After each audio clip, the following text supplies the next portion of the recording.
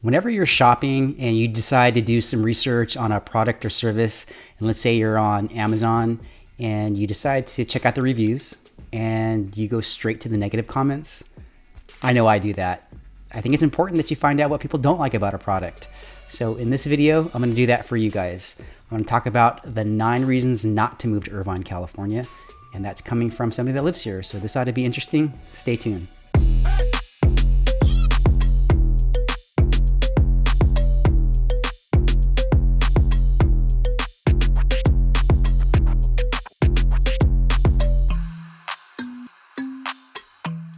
What is going on? Welcome to the Living in Irvine, California channel.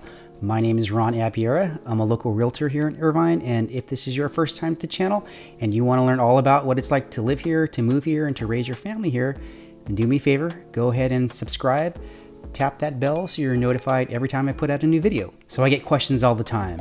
Ron, what's it like to live in Irvine? What's it like to raise your 4 daughters there? What do you guys like to do for fun? What do you like, and even what do you dislike about living in Irvine? And I get excited when I get these questions because I absolutely enjoy being a guide, sharing my story on why I decided to move here and all of my experiences. And that's why I started this channel. So if you have any thoughts about moving to Irvine or the surrounding areas, do me a favor, go ahead and contact us, call, text, email. Our information is right here on the screen. And I look forward to having a conversation with you. All right, so let's take a look at 9 reasons not to move to Irvine, California. And in no particular order, number 9, housing is expensive here. So when we take a look at Irvine versus the county median values, Irvine consistently is gonna be about 30% higher. So to put numbers to that, right now, the median value in Irvine is $1 million to $1.3 million. And then when we look at the rental side of things, it's going to be very, very similar. 2-bedroom is going to go about to $3,000 a month. A 3-bedroom can run you up to $4,000 a month, and a 4-bedroom or larger is definitely going to run you close to $5,000 a month or more. So whether you're looking to own or to rent here in Irvine, definitely expect to pay a premium. Number 8 is the weather. Now, for most people, this won't be a negative, but for some folks that want to experience all 4 seasons, you're not going to get that here in Irvine. So pretty consistent across the board. Anywhere between 70, 75 degrees is what you should expect on average all year long. If you want to experience, let's say, the winter and get to the snow, you're going to have to drive to get there. And we do that as a family. We'll go to Big Bear. We'll go to Nevada as well to get to the snow. However, that's probably going to happen maybe once or twice a season. So if you think about it, you know, I've got a family of 6, so that means 6 sets of helmets, 6 sets of goggles, 6 sets of snow jackets, snow pants, and boots. We're going to use that maybe once or twice a year, but we've got to store that. So bins, stick them in the garage, stick them in a storage unit. You've got to put them somewhere. And if you are looking forward to rocking your winter gear, probably not going to happen here in Irvine. So I know I've got a really nice Patagonia sort of snow type jacket, and I barely ever get to wear that. So if you've got a bunch of snow gear, you're moving to California, moving to Irvine, either get good storage space in your closet or in your garage, but you're gonna have to have somewhere to store that stuff. And number 7, there is a lackluster nightlife here in Irvine. So the truth is, businesses just close early here. So if you're looking for things like late night dining, you're pretty much gonna have to settle for fast food.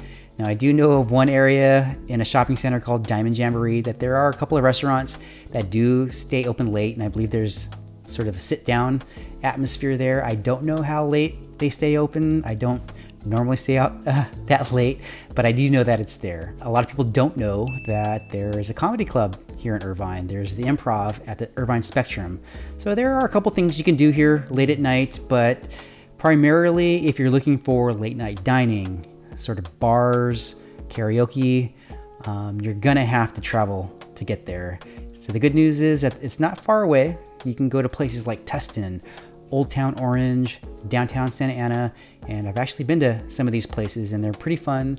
However, you're just gonna have to drive to get there, but not that big of a deal. Number 6, HOAs. So if you're gonna own a property here in Irvine, there's gonna be a 90% chance that you're gonna own in a community that has an HOA. So in some cases that can be expensive. They could range anywhere from $100 to $500 a month. And that's a nice chunk of change that you're going to be paying every month to be in an HOA. And I also know that there's also a negative connotation that sometimes comes with HOAs. You know, there's a thought out there that nobody can tell me how to live in my home and what I can do to my home. This is my property, boy. I get it.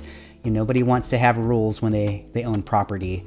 However, if that's what you're looking for, you're gonna have a hard time finding a property in Irvine that doesn't have an HOA. And the way I look at it is having an HOA, it gives you an opportunity to get involved in the community. And it actually happened to me when I moved into a new community. I actually got a letter in the mail from the HOA. I had put in one of those video doorbells, and I put that on my property, and you know, it's my home, I want to be protected. And I ended up getting a letter from the HOA that says that particular doorbell didn't conform to the standards of the outside. I couldn't believe it, so I ended up going to the HOA meeting, and I met the board there. There was actually a representative from the builder, and I had explained my case because in the CC&Rs at the time, it actually spelled out a particular brand that we were supposed to use for these video doorbells. And I said, you know, that doesn't make any sense. Presented it to the board, and the board members said, yeah, that doesn't make any sense. We're going to change that. So I was actually allowed to keep the doorbell that I purchased. And that's when I realized, hey, I need to be on this board. So I'd make sure that, you know, the homeowners can do reasonable things. And I ended up joining the board, and I ended up being president, actually still currently president of that HOA. So there's an opportunity to get involved, understand how things work. You can look at the budget. You don't have to be on the board to do that, but it is an opportunity for you to be involved and, you know, hopefully make sense of some of the rules and regulations that HOAs have to have.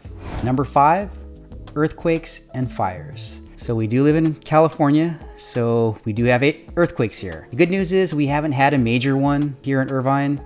However, I know in the time that I've lived here, I have experienced some trembles of aftershocks that have happened within the area, but nothing major. But if you are terrified about earthquakes, they do happen here. And also fires, this is a big deal.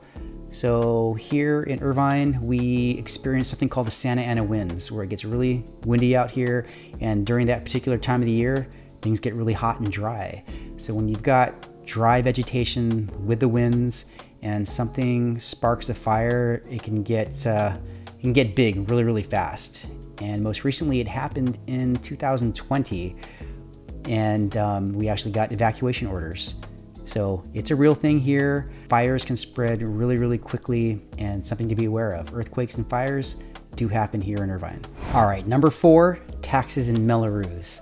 So a MELLO is basically an additional tax that homeowners are going to pay back. So whenever a builder or developer takes on a new project and develops an area, they take out a bond with the city to put in all the infrastructure, sidewalks, streetlights, things like that, and they end up passing that cost over to the homeowners. So in real numbers, that could cost a homeowner anywhere between $1,700 up to over $12,000 a year is what you would pay in additional taxes. And that all will depend on the location, the builder, your specific property, on the different values or the different costs. But it is what it is. That's a MELLO. The good news is that in Irvine, not all communities are going to have that. Predominantly, it's going to be the newer communities. So if you're looking at a property that's, let's say, going to be the early 2000s and newer, definitely expect to pay a MELLO tax, especially if it's going to be in a master planned neighborhood. When I first moved here, I was talking with another neighborhood dad at the elementary school, and we were just talking about the MELLO, and I was kind of complaining, gosh, it kind of sucks that we have to pay, you know, this additional tax to live here.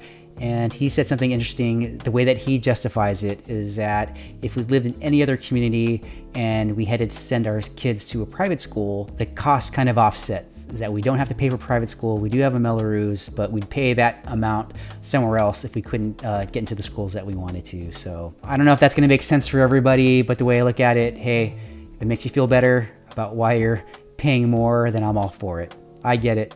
I'm paying it. It makes me feel better to know that, hey, at least they're in the schools that we want them to be in.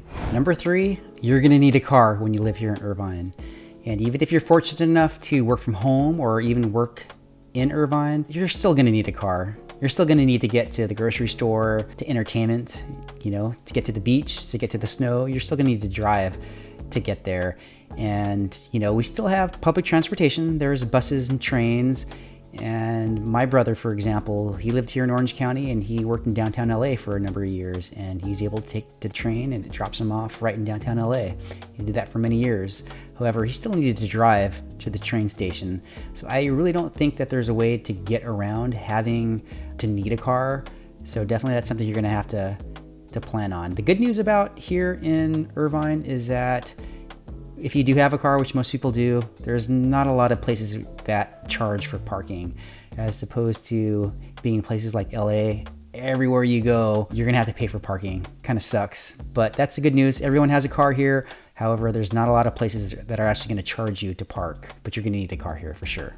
Number 2, traffic. Yep, here in Irvine, 2 major freeways go through the city. So you've got the 405 freeway and the 5 freeway. They run north-south, and they are major freeways. So they connect LA to San Diego. They run all the way up and down the coast.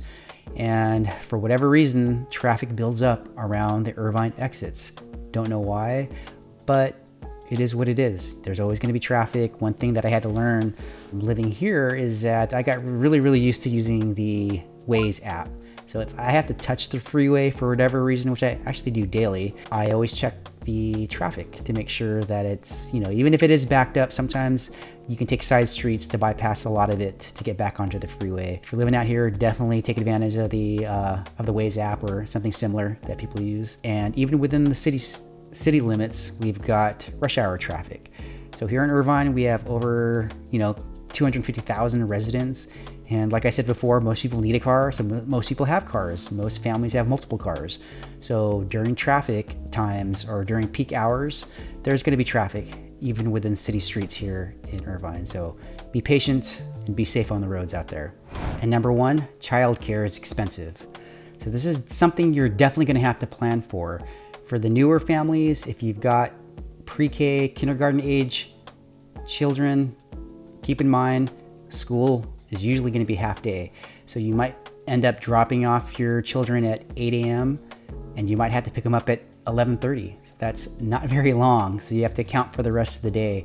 And if you are working parents, pay attention to the costs. So typically the after school program will run till about 6 p.m. And on average, they're going to be about $1,200 a month. So pay attention to that. Definitely the cost, the hours that your child needs to be in school, and also plan for being on a wait list. So I talked to one of the directors of the after school program, and he let me know that staffing is an issue.